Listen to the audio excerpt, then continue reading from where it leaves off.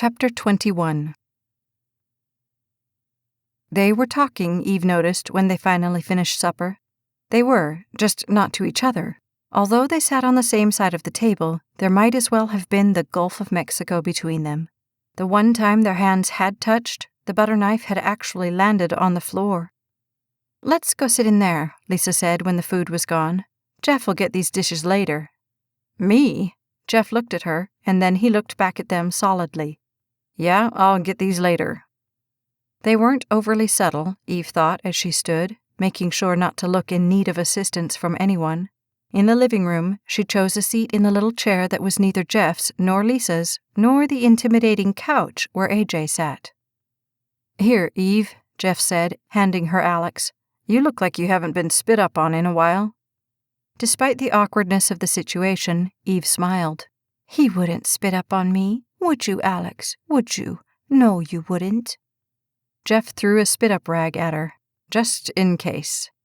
"Gee, thanks." "So, how's work?" Jeff asked AJ, who readjusted his seat on the couch. "Slow?" "The slower the better," Jeff said. "Very true." "Eve's got news," Lisa said, jumping into the conversation. "Oh yeah? What's that?" Jeff asked. She waited as long as could be considered polite before she got the words out. Then she put the fakest smile she'd ever felt on her face. "I got a promotion." "A promotion? That's great. Congratulations," Jeff said, and Eve saw the same words flash across AJ's face. "I survived a model meltdown," she shrugged. "I guess that's promotion-worthy." "A model meltdown? There can't be that much to melt, can there?" Jeff said, and Lisa reached over and whacked his shoulder with a spit-up rag.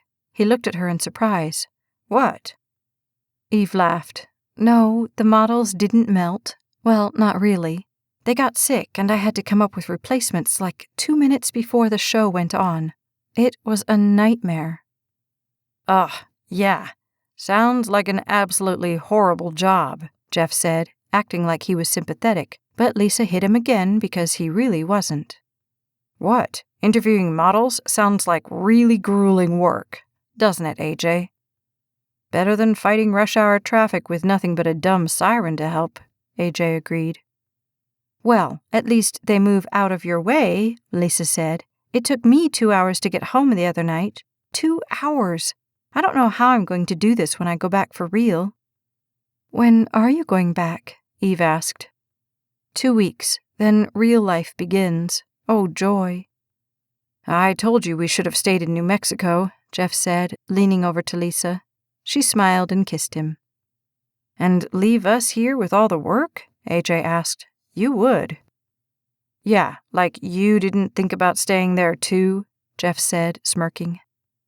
The smile and all the color drained from AJ's face. He ducked his head and put his hands over the dark blue material of his cap.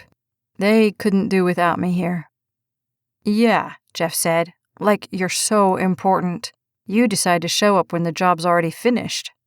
"Hey, now, they didn't tell us somebody was already on that call." "And you were just heartbroken when someone was," Jeff said. "Darn." "Well, I'll tell you, I'd a lot rather show up when they didn't need us than when they really do." I hear you there. I never feel like my head's above board on those calls. It's like just fight to survive and drag as many with you as you can." "Tell me about it. Man, sometimes I'd pay for someone who actually knows what's going on. It's, 'We need you over here. Hey, we need help. Can't you work any faster?' It's chaos sometimes." In all her time with Dustin, Eve had never heard the guys talk so much about the happenings in the field. It was fascinating in a strange kind of way. It was like being let in on a secret society, bent on keeping you out for your own good.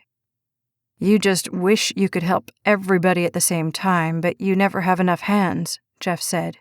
"And the big ones are the worst." "What's the biggest one you've ever worked on?" Eve asked, feeling completely at ease in asking the question. Instantly, Jeff looked at Eve like he had forgotten she was listening, and then over at AJ, who had frozen at the question. For a second, Jeff stumbled, and then he found a plausible disaster to relate. "Well, there was that pile-up that time out on Southwest. You worked that one, didn't you?" "Yeah, I did," AJ said softly, although he never really looked up. "That one was tough." Silence slipped over the room as Eve's gaze went to AJ, and suddenly she was tired of being a spectator with no control. She was tired of being the only one in the room he wouldn't talk to. "How about you, AJ? What was the worst one you ever worked?" A moment slid over the next as he sat without saying a word. "I think I should get those dishes," Jeff finally said as he stood. "Yeah, I'll help," Lisa said, standing. She walked to Eve's chair and held out her hands. "Here, he's got to be ready for a diaper change by now." AJ glanced at his watch and stood. "I really should be getting home." Anger and hurt collapsed on Eve as baby Alex went back to his mother, and she was left holding nothing. It felt like no one wanted her to be a part of the conversation, like her friends would have preferred that she hadn't bothered to even be a part of it in the first place. "What?" she asked as the other three busied themselves away from her. "What did I say?" They didn't answer. In fact, no one was even looking at her. "You can tell me, you know," she said in anger. "I'm not an idiot."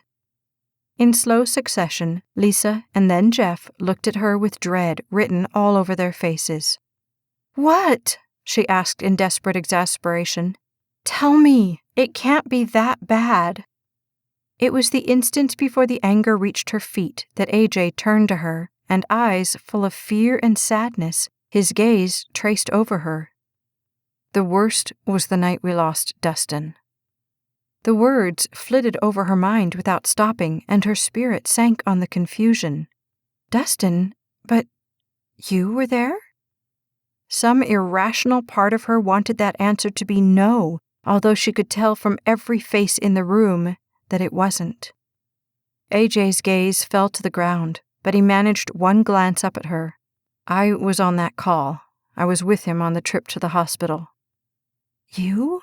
She fought to make some sense of how that fit everything else, but all it did was blow the whole picture to smithereens.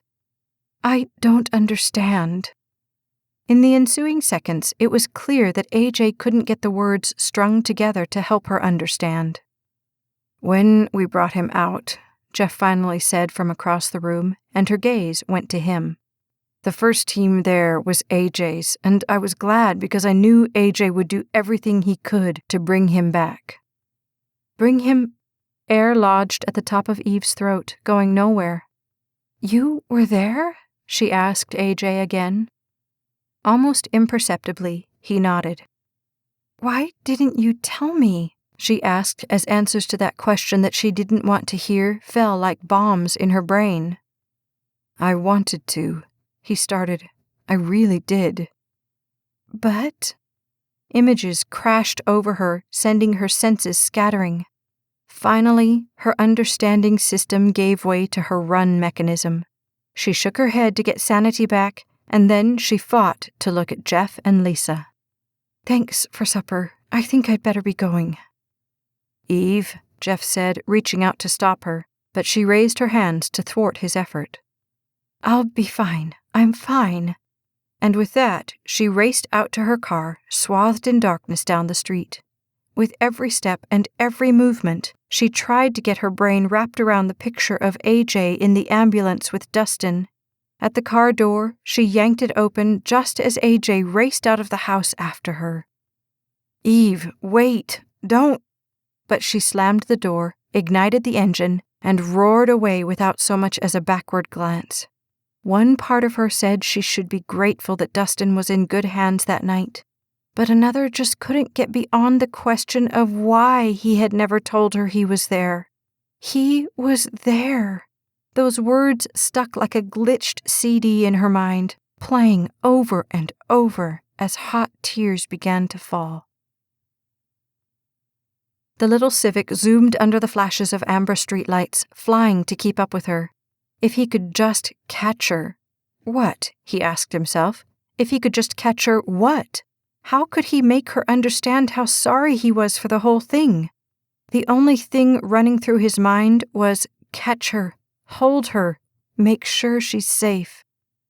At that moment, the flashing of something other than amber lights swept across his car, and in surprise, he looked up to find a black and white patrol car in his rearview mirror. Oh, great. When Eve made it into her apartment, her head throbbed with the memories. That first phone call, Lisa's panicked, heartrending voice, the long drive to the hospital, knowing the whole way that her world would never be the same. The memories slid through her like water over smooth rocks. Then, slowly, those images were replaced with the funeral, holding herself in check even when what she really wanted was to collapse on the hard church floor and lie there forever, to kick and scream at the world, to ask God to just take her too. All of life in that moment had stopped. The next months were a blur, hardly recognizable even now. Long minutes melting into long hours until one day couldn't be discerned from the next. Then the memories became clear again, and the center of every one was AJ. Right there, so close she could reach out and touch him. But he was a dream, an illusion that she had wanted to see so badly she had convinced herself that he was the one she'd told herself that she didn't want to find.